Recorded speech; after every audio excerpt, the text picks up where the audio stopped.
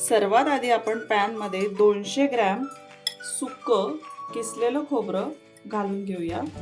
गॅसची फ्लेम मीडियमवर ठेवलेली आहे। मंद आचेवर लालसर रंग येईपर्यंत खोबरं आपण भाजून घेऊया। याच कढईमध्ये 2 चमचे तीळ घालूया। सोनेरी रंग येईपर्यंत तीळ भाजले की प्लेटमध्ये काढून घेऊ। याच कढईमध्ये आपण 2 चमचे खसखस सोनेरी रंग येईपर्यंत भाजून घेऊया। भाजलेलं खोबरं, तीळ आणि खसखस हे आपण मिक्सरमध्ये बारीक वाटून घेऊया। डिंकाचे लाडू बनवण्यासाठी एकूण 150 ते 200 ग्रॅम आपण देशी गाईचं तूप वापरणार आहोत। तूप तापलं की आपण तुपामध्ये 100 ग्रॅम काजू आणि 100 ग्रॅम बदाम घालून घेऊ। मंद आचेवर सोनेरी रंग येईपर्यंत काजू आणि बदाम आपण फ्राय करून घेऊया। याला थंड करून आपण याची मिक्सरमध्ये जाडसर पूड करून घेऊया। तुपामध्ये आपण 50 ग्रॅम डिंकाची पूड घालणार आहोत। मध्यम आचेवर छान फुलेपर्यंत आपण याला तळून घेऊया। डिंक थंड झाला की आपण याला मिक्सरमध्ये बारीक तळून घेऊया।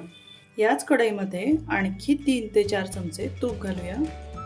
तूप छान तापलं की यामध्ये आपण 200 ग्रॅम खारकेची पूड तुपामध्ये 3 ते 4 मिनिट भाजून घेऊया। 200 ग्रॅम भाजलेलं सुकं खोबरं, 2 चमचे तीळ आणि 2 चमचे खसखस हे सर्व भाजून मिक्सरमध्ये बारीक वाटून घेतलेलं आहे। यामध्ये आपण खारकेची 200 ग्रॅम तुपामध्ये भाजून घेतलेली खारकेची पूड ॲड करूया।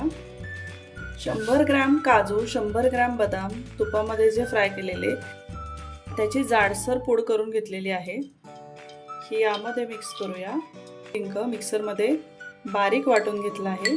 100 ग्रॅम गूळ किसून घेतलेला आहे। गोडाचं प्रमाण आवडीनुसार कमी जास्त करू शकतो। अर्धा चमचा जायफळ पावडर घालूया। अर्धा चमचा वेलची पावडर घालूया। सगळं व्यवस्थित मिक्स करूया।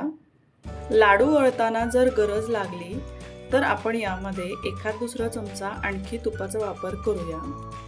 आता आपण या मिश्रणाचे लाडू वळूया।